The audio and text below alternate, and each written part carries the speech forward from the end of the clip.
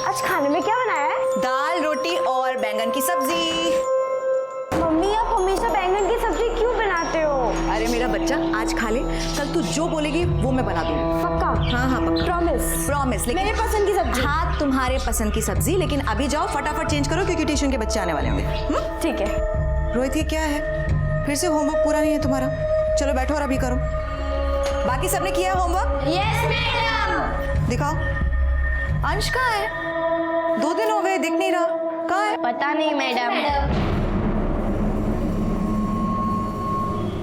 Bye madam. Bye, time से आना। Bye madam. अरे सुजीत, आपने इसका फॉर्म भरा ना जो मैंने बोला था, ऑल इंडिया मैथमेटिक्स ओलंपियाड का? नहीं मैडम, वो नहीं भरा है मैंने। क्यों नहीं भरा? एक्चुअली थोड़ी पैसे की प्रॉब्लम चल रही है इसलिए। अरे पर मैंने आपको बताया ना कि आपका बच्चा कितना होशियार है। प्लीज इसे जाने दीजिए और पैसों की फिक्र बिल्कुल मत कीजिए, मैं इसकी फीस भर दूंगी। आप बस इसका हौसला बढ़ाइए। Thank you madam. चलो जाओ और होमवर्क करना। हाँ टाइम से आना कल। चलो bye madam. Bye. Bye. Hello. अपनी नहीं तो कम से कम अपने बच्चों की चिंता कर। कब तक छुपाएगी उसे? बता दे कहाँ है, वरना उसके किए की सजा तुझे और तेरे बच्चों को भुगतनी पड़ेगी। खबरदार जो मेरे बच्चों को हाथ पे लगाया तुमने तो। Hello hello hello. खुशी,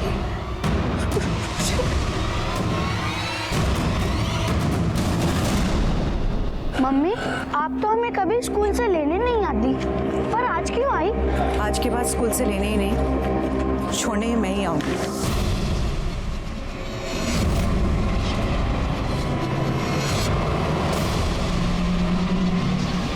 नहीं, आज गला खराब।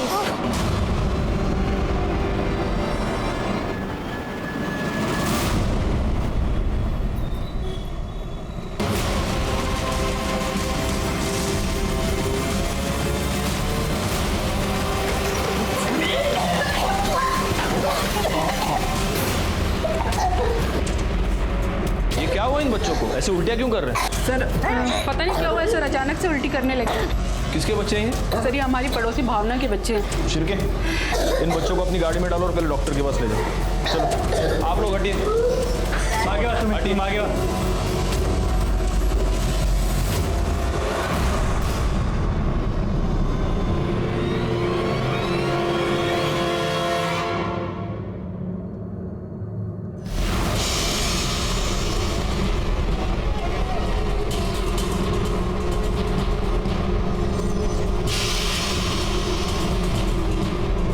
अपने करियर में इतने मर्डर्स देखे मोरे, लेकिन किसी को इतना ब्रूटली मारा हुआ पहली बार देखा है।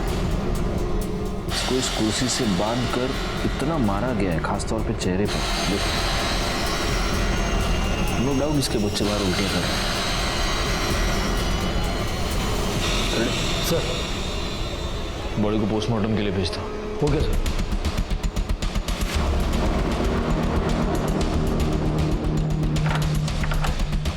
सर डोर लैच सब कुछ इंटैक्ट है, फोर्स एंट्री का कोई भी निशान नहीं। हो सकता है जिसने भी किया हो उसका कोई पहचान वाला हो। ये देख रहे हो, या तो ये औरत या इसके घर में कोई और टीचर है।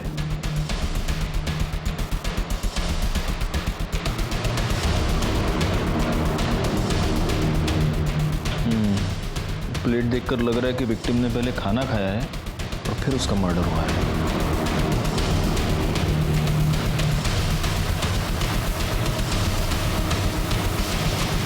आपके पड़ोस में एक औरत का खून हो गया, आप में से किसी ने कुछ भी नहीं देखा, कुछ भी नहीं सुना? सर वो दोपहर का टाइम था ना, तो सब आदमी लोग काम पे चले जाते हैं और हम लोग भी घर में बच्चे लोग उतने टाइम आते हैं इसलिए बिजी रहते हैं सर। लेकिन कोई आवाज़ भी नहीं आई सर, आवाज़ आती तो हम लोग ज़रूर देखते थे। ये भावना ये यहाँ पर कब से रहती हैं? सर वो 3 महीने पहले इधर शिफ्ट हुई हैं अपने दोनों बच्चों के साथ। सर यहाँ के सारे बच्चों को ट्यूशन वही पढ़ाती थी, बहुत अच्छी लेडी थी सर। और इसका पति?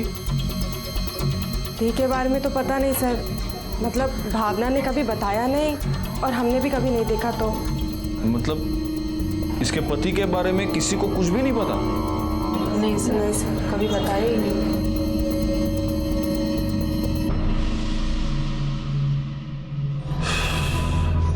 मोरे, जिस तरह से इस भावना को कुर्सी से बांधकर टॉर्चर करके मारा गया है, ऐसे लगता है कि किसी ने उस पर 3rd डिग्री का इस्तेमाल किया। कोई उससे कोई इंफॉर्मेशन निकलवाना चाहता था। एक काम करो, उसकी CDR डिटेल्स निकालो, शायद उसमें कुछ मिल जाए। जी सर। और सर मैंने बिल्डिंग में CCTV कैमरा के लिए पता किया। हाँ तो सर इस बिल्डिंग में CCTV कैमरा तो क्या, वॉचमैन भी नहीं है।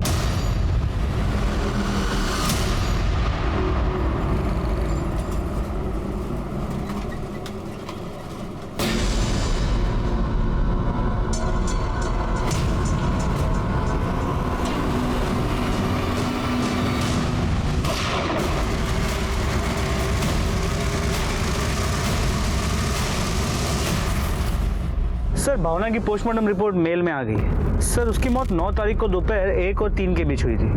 उसके चेहरे पे कई सारे इंजरी मार्क्स हैं और गला दबाने की भी कोशिश की गई है, लेकिन मौत की वजह एक्सेसिव ब्लीडिंग है। और मरने के पहले ना उसके साथ कोई सेक्सुअल असल्ट हुआ है ना कोई रेप। घर में चोरी का अटेम्प्ट नहीं हुआ है, सेक्सुअल असॉल्ट नहीं है, रेप अटेम्प्ट नहीं है, तो फिर मर्डर का मोटिव क्या हो सकता है? रिवेंज या फिर कुछ और? उसके बच्चे कैसे? सर डॉक्टर ने कहा उन्हें फूड पॉइजनिंग हुई थी, तो उन्हें 24 घंटे ऑब्जर्वेशन में रखने वाले हैं, जिसके बाद उसे डिस्चार्ज किया जाएगा। Food poisoning? हाँ बोला। क्या? नौरंग सिनेमा के पास? सर नौरंग सिनेमा के पास शूट आउट हुआ है। क्या? चला गया दिगड़े।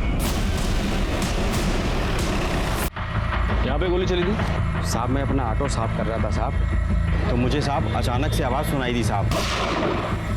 शायद वहाँ पे एक बंदा खड़ा था साहब, शायद उसी ने गोली चलाई साहब। और साहब यहाँ पे एक बंदा था, शायद उसी को मारने के लिए गोली चलाई। उसको गोली नहीं लगी, वो भाग गया साहब। फिर मैंने देखा यहाँ वाला एक बंदा भी भाग गया साहब। फिर मुझे ऐसा लगा साहब मेरे ऑटो में किसी ने पटाखा फोड़ दिया हो।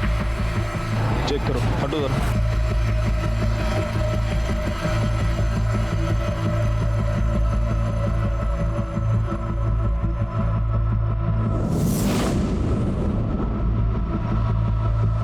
सर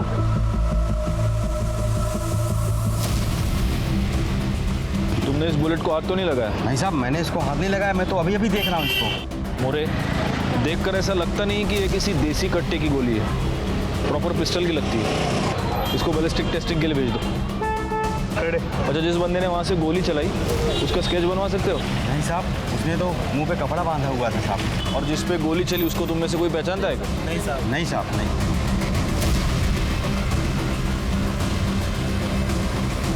मोरे, उस CCTV कैमरे का सारा फुटेज चाहिए मुझे।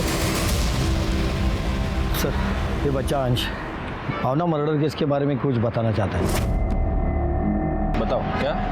अंकल मैं भावना मैम के पास पहले ट्यूशन पढ़ता था, तो फिर मैं 2 दिन ट्यूशन नहीं गया, तो तीसरे दिन मैम मुझे सड़क पे मिले।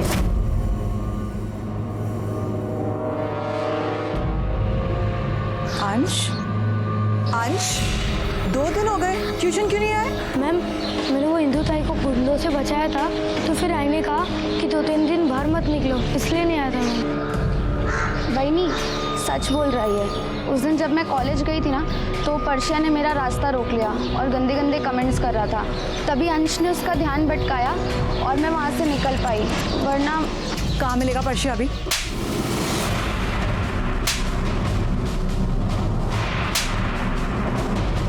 क्या हुआ? लड़की को छेड़ रहा था।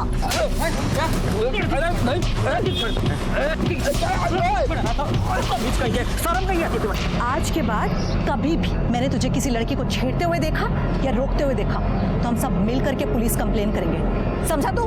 फिर सब लोग के जाने के बाद पर्शिया बोल रहा था, तेरे को तो ऐसा सबक सिखाऊंगा ना, सारी टीचर गिरी निकल जाएगी तेरी।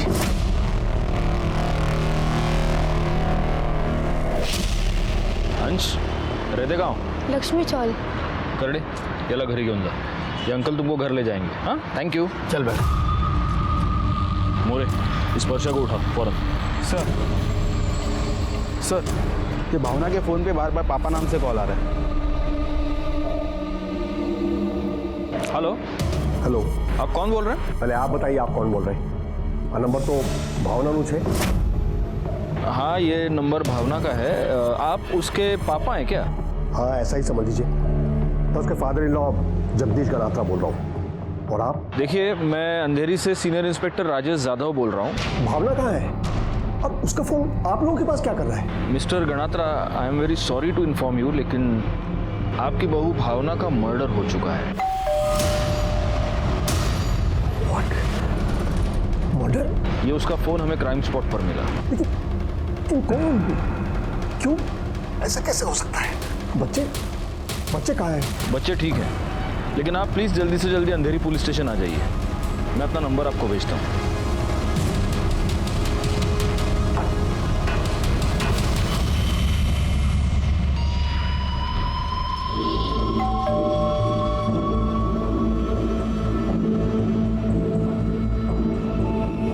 सुनो।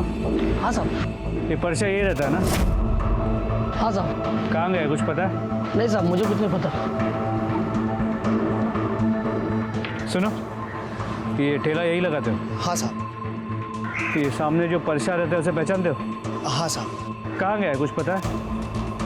साहब उसको तो हम कब से देखे नहीं हैं, पता नहीं कहाँ गया वो। ठीक है, कर्टेन से नंबर क्या, तुम भी इनका नंबर ले लो। अगर ये पर्चा घर पे आता है तो सबसे पहले हमें इन्फॉर्म करोगे। जी साहब।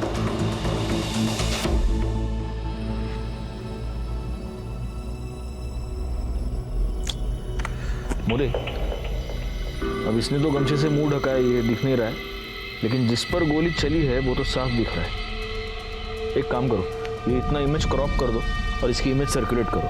हमें पता तो चले ये है कौन जिसके ऊपर इतना बड़ा शूट आउट हो गया और उसने अभी तक रिपोर्ट नहीं किया। सर, ते जगदीश गनात्रा आलेत। बुलाओ उन्हें।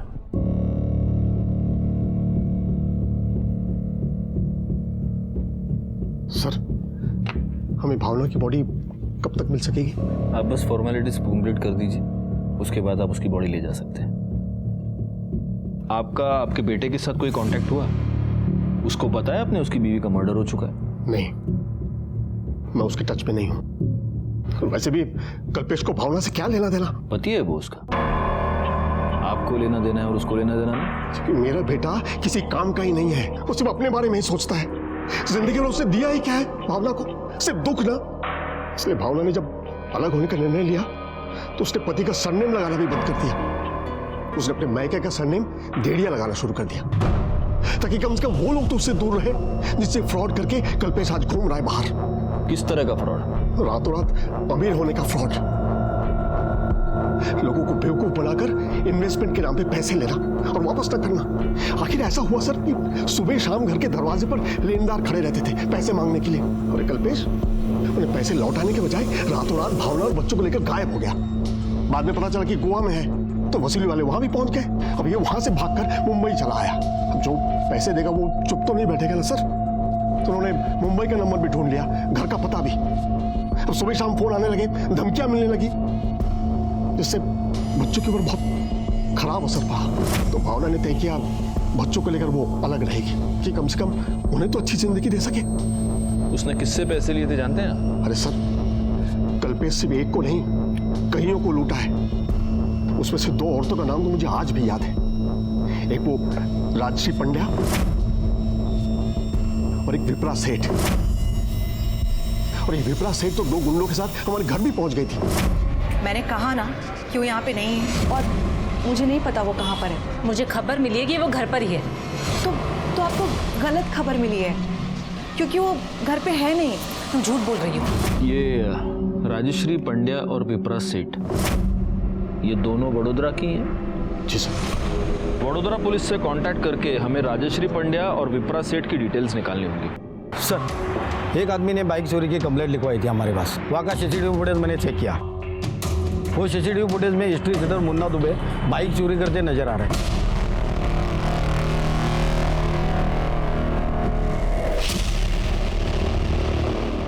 इसका फोटो लेकर सारे पुलिस स्टेशंस में और अपने खबरों में सर्कुलेट कर दो। Okay sir. मोरे, हम बच्चों के साथ चलकर बात करते हैं। मम्मी बहुत अच्छी थी, पर पापा अच्छे नहीं है सर। क्यों? पापा क्यों अच्छे नहीं हैं?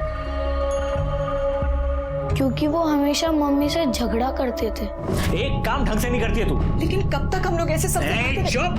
मेरे सामने ना जबान तो लड़ा नहीं मत, बोल रहा हूँ।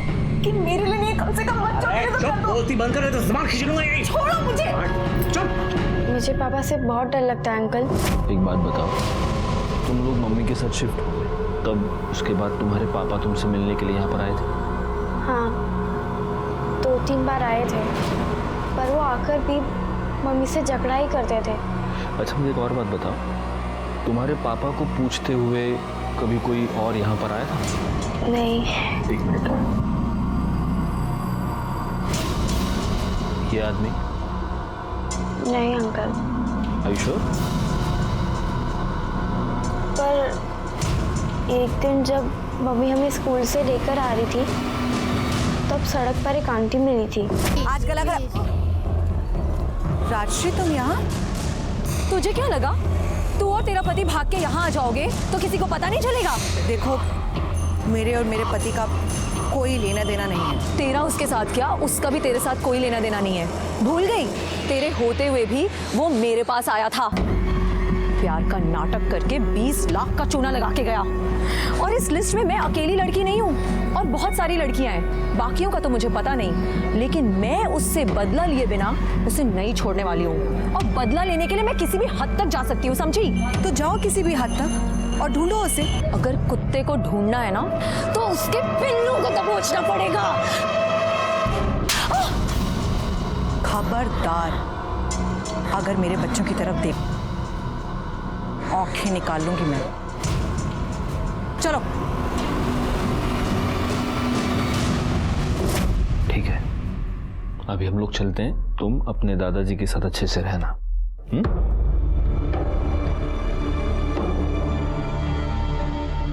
देखा सर, मेरा बेटा एक नंबर का कमीना इंसान है। मुझे तो उसे बेटा कहते हुए शर्म आती है।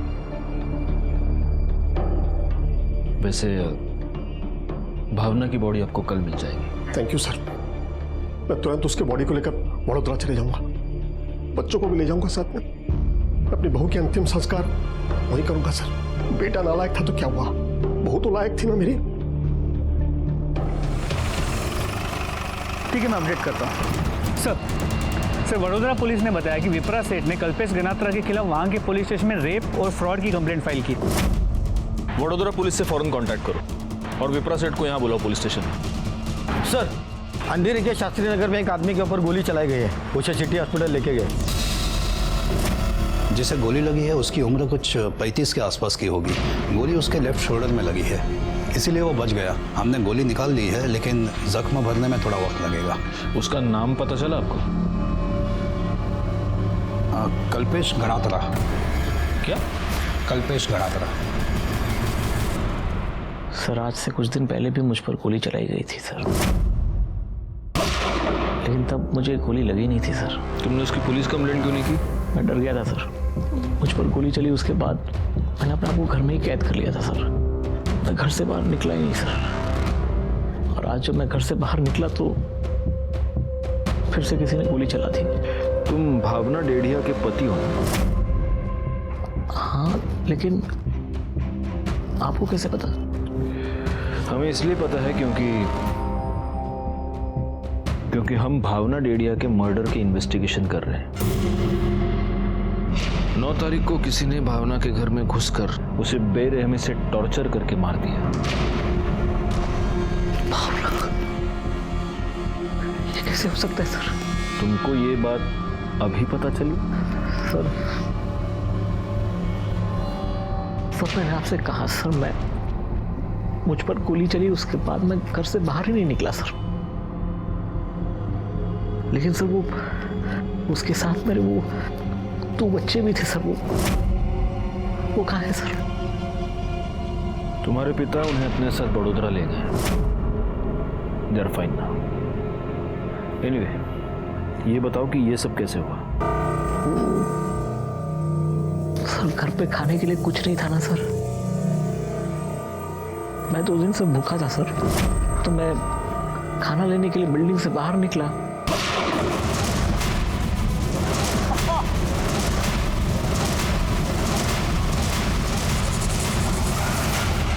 तुमने उस बंदे की शक्ल देखी?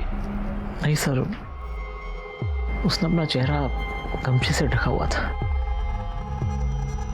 और पहली बार जब तुम पर अटैक हुआ था तब उसकी शक्ल देखी थी? नहीं सर, तब भी ढका हुआ था। क्या तुम्हें ऐसा लगता है कि ये दोनों अटैक्स एक ही आदमी ने किए होंगे? पता नहीं सर। तुम्हें किसी पर शक? जी नहीं सर। मोरे, इसके कंधे से जो गोली रिकवर हुई है वो डॉक्टर से ले लो और उसे बैलिस्टिक टेस्टिंग के लिए भेज दो। इसकी पूरी दुनिया के साथ दुश्मनी है लेकिन इसको किसी पर भी शक नहीं। साला अजीब बात है। हाँ बोला। ठीक है, तुम उस पर नजर रखो। सर, बाइक चोरी केस में जो history sheeter Munna Dubey involve था उसे बोरीवली के बस स्टॉप पे देखा गया है। चलो कुड़े लाल गमछा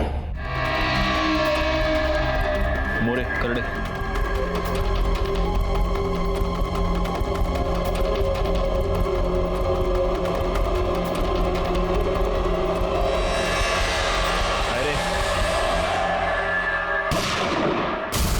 करड़े सर के पास जाओ। मोरे, एम्बुलेंस सर।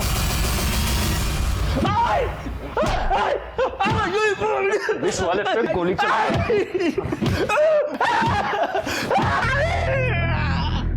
एक बहुत लंबे के लिए अंदर भेजूंगा तेरे को मैं।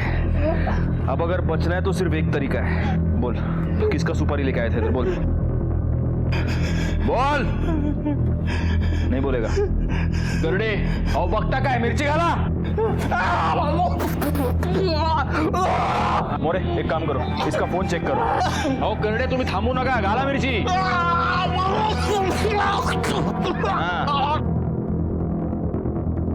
करड़े सर, कल्पेश। पानी पानी। कल्पेश गणातरा की सुपारी दी थी तुम्हें? हाँ? किसने तेरे को सुपारी? बोल। गाला। बता दो साहब, बता दो। वो राशि पांड्या ने सुपारी दी थी, पर सब मैंने नहीं मारा। सब मैं जब उसके घर गया तो उसे मारने के लिए, तो वो घर पे था ही नहीं साहब। मैं नीचे आ गया और उसका इंतजार करने लगा कि जैसे वो आएगा वो उसे टपका दूंगा। लेकिन जैसे मैंने पुलिस की गाड़ी देखी, मैं डर के मारे वहाँ से बाइक उठा के भाग गया साहब। बाद में मुझे पता चला कि उसको किसी ने गोली मार दी। तो मैं सोचा कि काम तो हो ही गया, मुझे यहाँ से निकल जाना चाहिए। बेकार में मैं फंस जाऊंगा साहब। साहब थोड़ा पानी दिला दो। पानी ना? पुलिस वाले को गोली मारी है तूने। करड़े, गाला मिर्ची। साहब।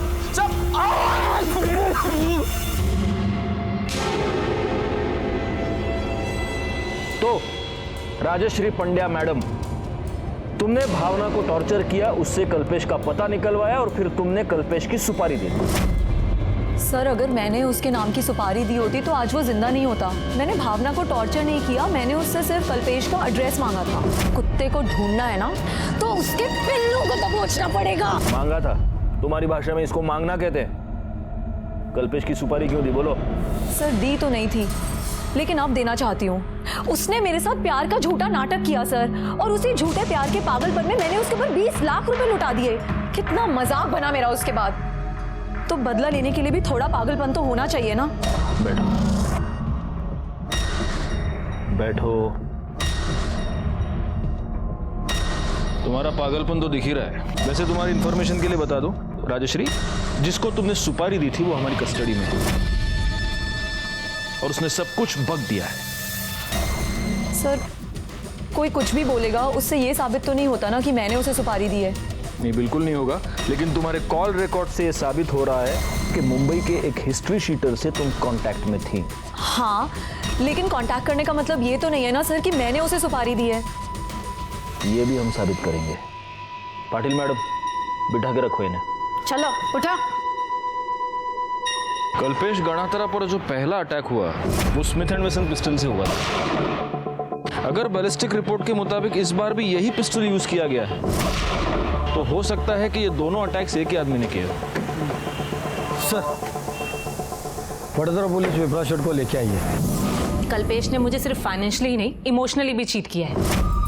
जब मुझे पता चला कि उसने मेरे साथ प्यार का नाटक मेरे पैसों के लिए किया है, तो मैंने उस पर फ्रॉड और रेप के चार्जेस लगाकर उसकी कंप्लेंट करा दी, लेकिन वो बचकर भाग गया। मुझे खबर मिली है कि वो घर पर ही है। तो आपको गलत खबर मिली है? तुम झूठ बोल रही हो। वो देखो पीछे वाले कमरे से भाग रहा है। कहाँ जा रहा है? कहाँ भाग रहा है तू?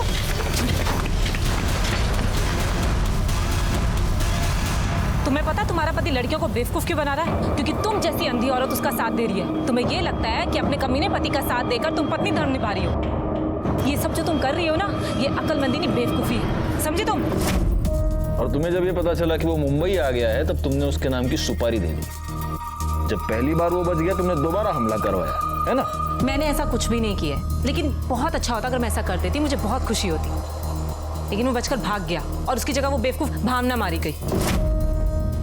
अगर मैं उसके लिए सुपारी दे देती ना, तो कल्पेश आज मरा होता और भावना जिंदा होती। सर, वडोदरा की ये दोनों औरतें तो बहुत ही गुस्से वाली है। मोरे, अगर वाकई इस कल्पेश गणात्रा ने प्यार के नाम पे इनके साथ फ्रॉड किया है, तो उनका गुस्सा होना तो लाजमी है। एक काम करो, इस राजेश्री के साथ साथ विप्रा की भी सीडीआर डिटेल्स निकालो। सर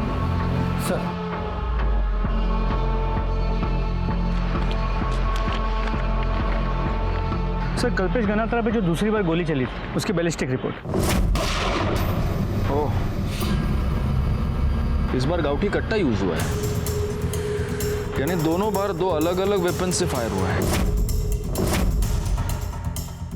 तो मेरी जो थियरी थी, दो अलग अलग लोगों ने अटैक किया है उस पर। लेकिन सर, ये भी तो हो सकता है कि शूटर वही हो, लेकिन इस बार उसने अलग बंदूक का इस्तेमाल किया ताकि वो हमें गुमराह कर सके। हो सकता है। चलो इस कल्पेश गणात्रा से चल के बात करते हैं। तुम पर एक बार नहीं, दो बार अटैक हुआ है, और फिर भी तुम्हारा ये कहना है कि तुम्हें किसी पर शक नहीं। सर, मेरी किसी के साथ कोई दुश्मनी नहीं है सर। नहीं, तुम्हारी किसी एक के साथ दुश्मनी नहीं है, तुम्हारी बहुत लोगों के साथ दुश्मनी है। हमें तुम्हारी कलरफुल हिस्ट्री के बारे में पता चल चुका है। कल्पेश गणात्रा, राजश्री पंड्या, विप्रा सेठ और भी बहुत सारे नाम हैं। देखो, अब हमारा टाइम वेस्ट मत करो और सब सच सच बता दो। मेरा सबसे बड़ा दुश्मन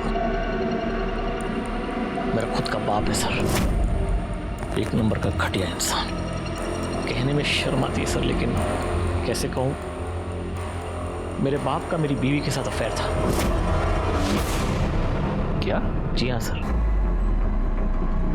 और उन्हीं की वजह से हमने वडोदरा छोड़ा था। मैंने सोचा कि भावना को उनसे दूर ले जाऊंगा तो शायद मामला ठंडा हो जाएगा, सब कुछ ठीक हो जाएगा, लेकिन नहीं, उन्होंने हमें गोवा में भी ढूंढ लिया। हम गोवा से मुंबई आए तो मुंबई में भी ढूंढ लिया। यहाँ तक कि वो भावना को हर रोज़ फ़ोन करते थे।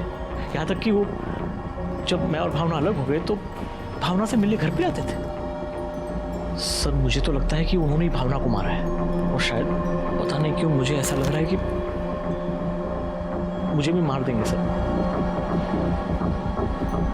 तुम्हारे पिताजी के पास कोई गन है? जी हाँ, स्मिथ एंड वेसन्स, लाइसेंस भी है उनके पास। कल्पेश के बयान ने इस केस को एक अलग ही मोड़ दे दिया। भावना के मन में जगदीश के प्रति जो रिस्पेक्ट और केयर थी, इसका अब कुछ अलग ही मतलब निकल रहा था। वडोदरा पुलिस ने हमें इस बात का भी कंफर्मेशन दिया कि जगदीश के पास एक लाइसेंस्ड स्मिथ एंड वेसन पिस्टल थी। हमने उस पिस्टल को सीज करके उसे बैलिस्टिक टेस्टिंग के लिए भेज दिया, इस बात को कंफर्म करने के लिए कि कल्पेश पर जो गोली चलाई गई वो क्या इसी पिस्टल की थी या नहीं। हमारे सामने बहुत सारे सस्पेक्ट्स थे, लेकिन सबूत किसी के खिलाफ नहीं था। और तभी राजश्री और विप्रा के कॉल रिकॉर्ड से हमें एक ऐसी बात मिली जिससे इस केस को सुलझाने की हमारी उम्मीदें बढ़ गईं। सर, राजश्री और विप्रा के कॉल रिकॉर्ड चेक किए, राजश्री तो क्लीन है, लेकिन विप्रा के कॉल रिकॉर्ड से ये पता चल रहा है कि भावना के मर्डर के एक हफ्ते पहले से वो इस केस के एक सस्पेक्ट के साथ रेगुलर टच में थी। कौन? परशा, जिसने भावना को धमकी दी थी कि वो उसे सबक सिखाएगा। तेरे को तो ऐसा सबक सिखाऊंगा ना, सारी टीचरगिरी निकल जाएगी तेरी। परशा, जिसका घर लॉक था वो? जी सर। लेकिन उसका विप्रा के साथ क्या कनेक्शन है?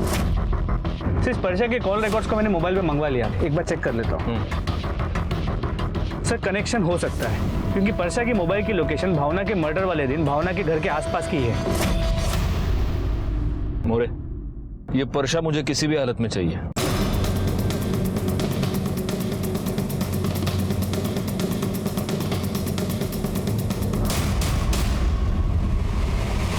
कहाँ भाग रहा है? कहाँ भाग रहा है? सर मेरे कुछ नहीं किया सर।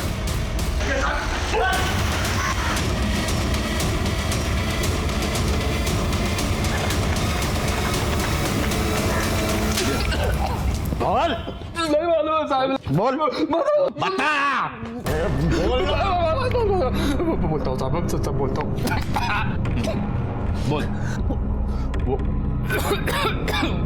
वो विप्रा को पहले से किधर से पता चल गया था कि वो मेरा भावना के साथ पंगा है, तो उसने सामने से मेरे को फोन किया था साहब। बोली वो भावना से कल्पेश का पता निकल के देंगे ना तो मेरे को 50,000 रुपये देंगे साहब। मैं जेब से कड़का था साहब, एकदम पोका। तो हाँ बोल दिया सर, 25,000 रुपये एडवांस में उसने उसी दिन दे दिया था सर। 25 बाद में देगी बोला काम होने के बाद। तो साहब मैं वो 9 तारीख को दोपहर को कुछ 2:30 बजे के करीब उसके घर पे गया था साहब। लेकिन मैं जब उधर गया ना तो मेरी फट गई। वो भावना को किसी ने कुर्सी पे बांध के बुरी तरह मार दिया था साहब। वो पहले से मरी रही थी। वो पहले से मरी हुई नहीं थी, उसको तूने मारा।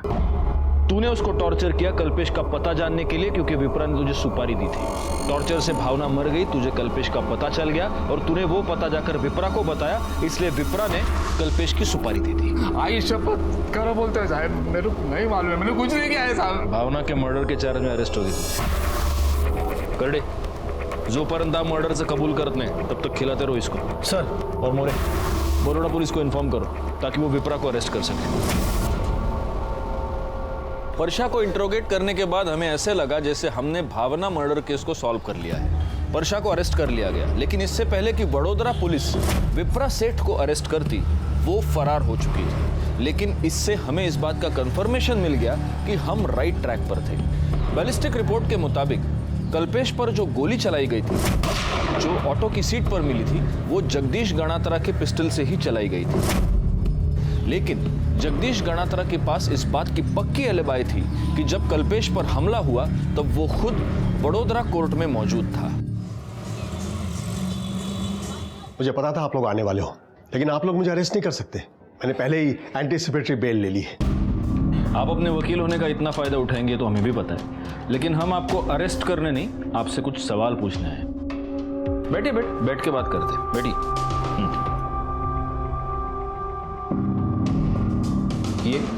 ये मेरा छोटा बेटा चेतन। एक बात बताइए मुझे, आप तो यहाँ बड़ोदरा में थे, तो वो कौन हो सकता है जो आपका पिस्टल कल्पेश पर हमला करने के लिए यहाँ से मुंबई तक ले गया? उन्हें खबर न थी। वैसे हमारे घर में तो हम दो ही हैं, मैं और मेरा बेटा चेतन, और ये फाइनल LLB का स्टूडेंट है। और उस दिन ये क्लास में गया था। इतने बड़े घर में कोई नौकर है ना, घनश्याम काका। लेकिन 2 दिन पहले वो गांव चले गए। एक्चुअली उनके बेटे की तबीयत खराब है। कौन सा गांव है? देखिए, घनश्याम हमारे भरोसे का आदमी है। उसने मेरे दोनों बेटों को गोद में बिठाकर बड़ा किया है। वो भला मेरे बेटे को क्यों गोली मारेगा? मैंने सिर्फ आपको पूछा उसका गांव कौन सा है। Sir, Bishanpur, Kota district, Rajasthan. और इससे उस घनश्याम का नंबर और उसका फोटो ले लो।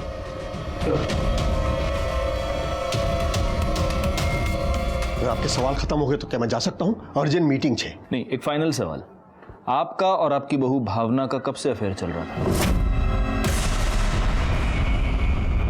व्हाट? आंसू बकवास है।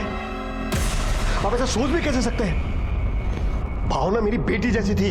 ये मैं नहीं कह रहा हूं, ये आपका बेटा कल्पेश कह रहा है कि आपका उसकी बीवी के साथ, यानी आपकी बहू के साथ अफेयर चल रहा था। मेरे बाप का मेरी बीवी के साथ अफेयर था। कल्पेश भी था। वो अपने बाप और बीवी के बारे में इतनी गंदी बात सोचता है कि मुझे पता ही नहीं था। आप अक्सर उसके घर आते जाते थे, दिन में 3-3 बार उसको फोन करते थे। इसका क्या मतलब था? क्या मतलब है? मतलब वो मेरी बहू थी, मेरे पोता पोती उसके पास थे, तो वो कैसे हैं जानने के लिए मैं उन्हें फोन करता था।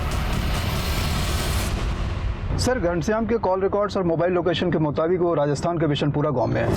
9 सितंबर को सुबह 10 बजे उसका फ़ोन बड़ौदा में स्विच ऑफ है और 11 सितंबर को बिशनपुरा गांव में ऑन हुआ है। सर, वडोदरा से मुंबई जाने में कितना टाइम लगता है? सर, करीब 7 से 8 घंटे। और वडोदरा से ये कोटा बिशनपुरा? तो हो सकता है 10 से 11 घंटे होंगे। लेकिन सर, आप ये सब क्यों पूछ रहे हैं? इसलिए पूछ रहा हूँ क्योंकि शायद कल्पेश पर जो अटैक हुआ है उससे इस घनश्याम का लेना देना हो सकता है। जगदीश हमसे कुछ छुपा रहा था, पर वो क्या छुपा रहा है ये तब क्लियर हुआ जब हमने उसके कॉल रिकॉर्ड्स एक बार फिर खंगाले और फिर हमने बिना देर गंवाए जगदीश को पुलिस स्टेशन बुला लिया। 12 और 13 तारीख को जब आप मुंबई में थे तब एक नंबर पर आप लगातार कॉल कर रहे थे, और जब हमने पता किया तो हमें पता चला कि वो नंबर बैजू ढोलकिया का है, जो मुंबई अंडरवर्ल्ड में सूरती चिकना नाम से जाना जाता है, शार्प शूटर है वो। उसको क्यों फोन कर रहे थे आप? क्योंकि सर वो मेरा क्लाइंट है, तो केस के सिलसिले में बातचीत होती रहती है। अच्छा अच्छा, मतलब मुंबई अंडरवर्ल्ड में भी आपके क्लाइंट्स हैं। तो सिर्फ फोन पे बात करते हैं या मिले भी है आप इस शार्प शूटर से? नहीं सर, ऐसी कभी कोई जरूरत ही नहीं पड़ी। मिस्टर गणात्रा, एक वकील की याददाश्त कमजोर हो ये उसके सेहत के लिए अच्छा नहीं होता। 12 और 13 तारीख को जब आप मुंबई में थे तब आप सूरती चिकना से मिले थे। उसी रात आपने अपने बैंक अकाउंट से 2 लाख रुपए निकाले। मतलब मोरे, मैंने आज तक देखा है कि क्लाइंट्स अपने वकील को पैसा देते हैं। ये मैंने पहला वकील देखा है जो अपने क्लाइंट को पैसा देता है। हाँ गणात्रा? एक्चुअली सर वो मैं मिस्टर गणात्रा, झूठ बोलने से पहले आप 10 बार सोचिए, क्योंकि आपका ये सो कॉल्ड क्लाइंट सूरती चिकना हमारी कस्टडी में है और वो सब कुछ बोल चुका है, सब कुछ। क्या करता सर मैं? कल्पेश ने मुझे मजबूर कर दिया था। मुझे पता है भावना की मौत भी कल्पेश की वजह से ही हुई है, और अगर ये कल्पेश जिंदा रहा तो उसकी कीमत उसके बच्चों को चुकानी पड़ेगी। इसलिए मैंने सोचा कि इतने लोगों के मरने से तो अच्छा है कि वो कल्पेश ही मर जाए। और इसलिए आपने अपने ही बेटे की सुपारी दे दी? लेकिन वो गधड़िया शार्प शूटर, सरासिम नाम का शार्प शूटर है, एक गोली भी ढंग के नहीं मार सकता। उसने कल्पेश को इंज्योर करके छोड़ दिया। जिंदगी भर उसके बच्चों के सर पे उसके बाप के किए की तलवार टंगी रहेगी। हमेशा ये डर बना रहेगा कि कैसे है वो लोग ठीक तो है ना। मोरे, अरेस्ट कर लो इन्हें। सर सेकंड शूट आउट तो सॉल्व हो गया, पर फर्स्ट शूट आउट और भावना मर्डर केस में अब भी हमारे पास कोई पुख्ता सबूत नहीं है। जो कुछ भी हो सब सर्कमस्टेंशियल है, कोर्ट में सब वीक पड़ जाएगा।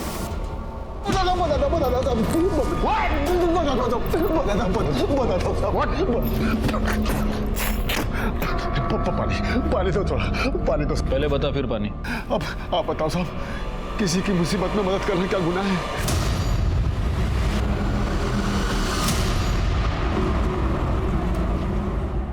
लो मोरे, वड़ा पाव खाओ। नहीं सर, मुझे नहीं। क्यों? सर एक्चुअली पेट खराब है, फूड पॉइजनिंग हो गई। Food poisoning? लगता है तुमको ढोकला फाफड़ा सूट नहीं हुआ। हाँ नहीं सर, ऐसी बात नहीं है, मतलब पता नहीं क्यों।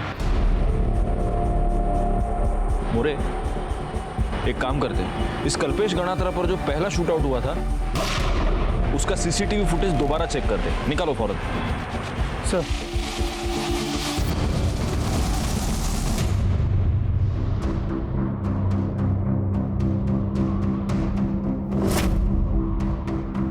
क्लिनिक का नाम देख रहे हो मोरे?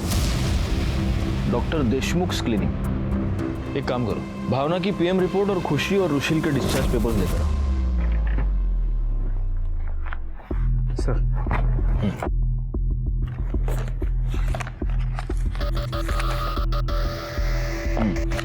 ये देखो, रुशील और खुशी को मशरूम की वजह से फूड पॉइजनिंग हुई थी। हो सकता है भावना ने उनको उस दिन टिफिन में मशरूम की सब्जी दी हो, क्योंकि अगर तुम्हें याद है तो मर्डर वाले दिन भावना के घर में मशरूम की सब्जी बनी थी। मैंने किचन में चेक किया था।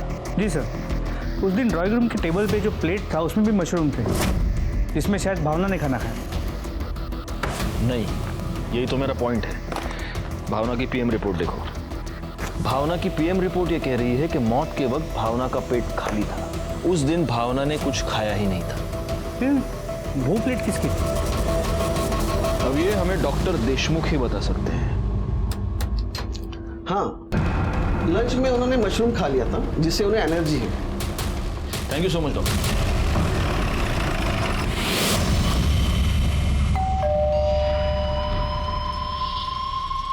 जरा दरवाजा खोलो, तुमसे बात करनी है। ये क्या बकवास कर रहे हैं आप? जिसने मर्डर किया उसको पकड़ नहीं पा रहे, इसलिए मुझे फंसा रहे हो। अच्छा, भावना के मर्डर के बारे में तुम्हें पहले से ही पता था, लेकिन जब हमने तुम्हें भावना के मर्डर के बारे में बताया तब तुमने इतना लाउड रिएक्शन दिया जैसे तुम्हें कुछ पता ही ना, जबकि एक दिन पहले तुमने खुद घनश्याम को भावना के मर्डर के बारे में सब कुछ बताया था। साहब, कल्पेश ने 9 तारीख को पीयूसी से मेरे को फोन किया और मुझे बताया कि भावना बिटिया को किसी ने जान से मारा है। आप क्या बोल रहे हैं? मैं सही कह रहा हूँ, मुझे कुछ समझ में नहीं आ रहा आप क्या कह रहे हैं। करडे, समझाओ इसको। एक मिनट, मैं बताता हूँ, बेटा बोलो। जिन जिन से मैंने पैसे लिए थे, धीरे धीरे उन लड़कियों को पता चल गया कि मैं कहाँ छुपा था। मुझे नहीं पता वो कहाँ पर है। पहले तो भावना बचा लेती थी, लेकिन मुझसे अलग होने के बाद वो मेरे किसी काम की नहीं थी। फिर मैंने सोचा कि क्यों ना उन लोगों से बचने के लिए एक बार फिर भावना का इस्तेमाल किया जाए। मैंने सोचा कि भावना को इस बार ऐसे मारूंगा कि देखने वाले को ऐसा लगेगा कि मेरी इन्फॉर्मेशन निकालने के लिए किसी ने इसको टॉर्चर करके मारा है। भावना के मर्डर के बाद ये पुलिस केस हो जाएगा और जो लोग मेरी जान के पीछे पड़े थे वो भी शांत हो जाएंगे। अब मुझे पता था कि भावना दोपहर को अकेली रहती है, तो मैं एक दिन दोपहर को उसके घर पे चला गया। तुम? देखा मोरे, तुम्हारे फूड पॉइजनिंग ने एक मर्डर के सॉल्व कर दिया। क्या आप कल्पेश जैसे आदमी को इंसान कहेंगे? मैं तो नहीं कह सकता। उसने ना सिर्फ भावना को टॉर्चर करके मारा, बल्कि उसी के लाश के सामने बैठकर बाद में खाना भी खाया। एक जानवर भी ऐसी वहशियाना हरकत नहीं कर सकता। कल्पेश का यही वहशीपन उसके लिए जुर्म की सबसे बड़ी दस्तक थी, जिसे वो समझ नहीं पाया और आज अपनी सारी उम्र वो जेल में काट रहा है। भावना ने इंदु को तो न्याय दिलवाया, लेकिन वो इस बात को बहुत देर से समझी कि कल्पेश के रूप में वो एक अपराधी को बचा रही है। वो भी जुर्म की दस्तक को सुन नहीं पाई और अपनी जान गंवा बैठी। जिन बच्चों का उज्जवल भविष्य वो देखना चाहती थी, अब वो उन बच्चों को कभी देख ही नहीं पाएगी और वो बच्चे भी उम्र भर अपनी माँ के लिए तरसते रह जाएंगे। मैं सीनियर इंस्पेक्टर राजेश जाधव आपसे विदा लेता हूँ। दोबारा मिलूंगा, तब तक सतर्क रहिए और देखते रहिए क्राइम पेट्रोल दस्तक, क्योंकि मकसद बताना नहीं, बचाना है। जय हिंद।